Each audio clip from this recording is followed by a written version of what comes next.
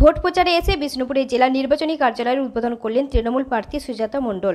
বিষ্ণুপুর পৌরসভার ৮ নম্বর ওয়ার্ডে জেলা তৃণমূল কংগ্রেসের জেলা নির্বাচনী কার্যালয়ের উদ্বোধন করা হলো। ফিতে কেটে এই নির্বাচনী কার্যালয় উদ্বোধন করলেন বিষ্ণুপুর লোকসভা কেন্দ্রের তৃণমূল কংগ্রেস প্রার্থী সুজাতা মণ্ডল। উপস্থিত ছিলেন বিষ্ণুপুর সাংগঠনিক জেলা তৃণমূল কংগ্রেসের সভাপতি বিক্রমজিৎ চ্যাটার্জি, বিষ্ণুপুরের বিধায়ক তন্ময় ঘোষ সহ অন্যান্য তৃণমূল নেতৃত্ব ও কর্মীরা। আজকে আমাদের যে বিষ্ণুপুর লোকসভা এবং বিষ্ণুপুর সাংগঠনিক জেলার যে প্রধান মুখ বিষ্ণুপুর, সেই বিষ্ণুপুর শহরে আজকে আমাদের প্রধান নির্বাচনী কার্যালয় এবং প্রধান অফিস আজকে সেটির উদ্বোধন হয়ে গেল। আজকে আমার সমস্ত নেতৃত্বরা ছিলেন, আমি তো প্রার্থী হিসাবে আছি, তার সাথে আমার জেলা সভাপতি ছিলেন এবং আমাদের এমএলএসরা ছিলেন, দায়িত্বপ্রাপ্ত সমস্ত নেতৃত্বরা ছিলেন, ব্লক সভাপতিরা ছিলেন, কাউন্সিলররা ছিলেন এবং অঞ্চল সভাপতি থেকে শুরু করে পঞ্চায়েত প্রধান, পঞ্চায়েত সমিতি সভাপতি, জেলা পরিষদ কর্মাধ্যক্ষ, মানে সমস্ত পদাধিকাররাই আজকে এখানে উপস্থিত ছিলেন, যেটা খুব আনন্দের বিষয়। একদম একদম এরপর আমাদের নেত্রী মমতা বন্দ্যোপাধ্যায় এবং আমার নেতা অভিষেক বন্দ্যোপাধ্যায়ের আশীর্বাদে আজ আমাদের এই প্রধান নির্বাচনী কার্যালয় আমাদের আজকে উদ্বোধন হলো এবং এরপরে আমরা যে আমাদের বিষ্ণুপুর যে যদুভট্ট মঞ্চ, সেই যদুভট্ট মঞ্চে আমরা আমাদের লোকসভা জুড়ে একটা বিশাল সাংগঠনিক আজকে আমাদের কর্মযজ্ঞ হবে। সেখানে আমাদের সকল নেতৃত্বরাই একদম বুথ স্তর থেকে একদম রাজ্য স্তর পর্যন্ত যারা যা দায়িত্বে আছেন আমাদের সকলেই সেখানে থাকবেন। জেলা তাপমাত্রা 41 ডিগ্রি ছাড়িয়ে 24 ঘন্টায় 42.1 ডিগ্রি সেলসিয়াস। কি বলবেন দলীয় কর্মীদের জন্য এবং আপনি কিভাবে প্রচার করছেন এই দপ্তরে?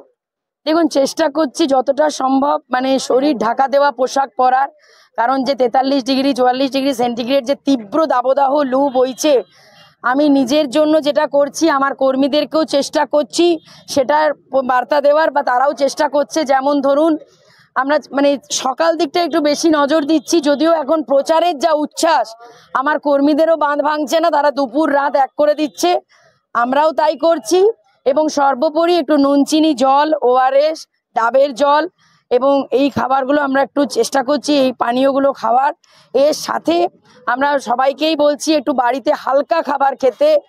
আমি যেমন জল ছাকা ভাত একটু খুব পছন্দ করছি, একটু তার সাথে ধরুন একটু ছাতু, কাঁচা পেঁয়াজ, একটু কাঁচা পোস্ত এবং হয়তো একটু ছোট মাছ, মানে মানে বেশি মশলাদার তেল মশলা খাবারটা আমি নিজেও টোটালি এড়িয়ে চলছি এবং আমার নেতৃত্ব এবং কর্মী সকলকেই সেটাই বার্তা দিচ্ছি যে সেটা এড়িয়ে চলার জন্য। তবে সবাই মনের দিক দিয়ে চাঙ্গা আছে। বিজেপি প্রার্থী আজ জয়পুরে ভোট প্রচার করছে, তিনি বলছেন যে বিরোধীরা ভালো থাকুক এই রোদে, নিরামিষ খাওয়ার বার্তা দিলেন ভালো থাকার জন্য। কি বলবেন?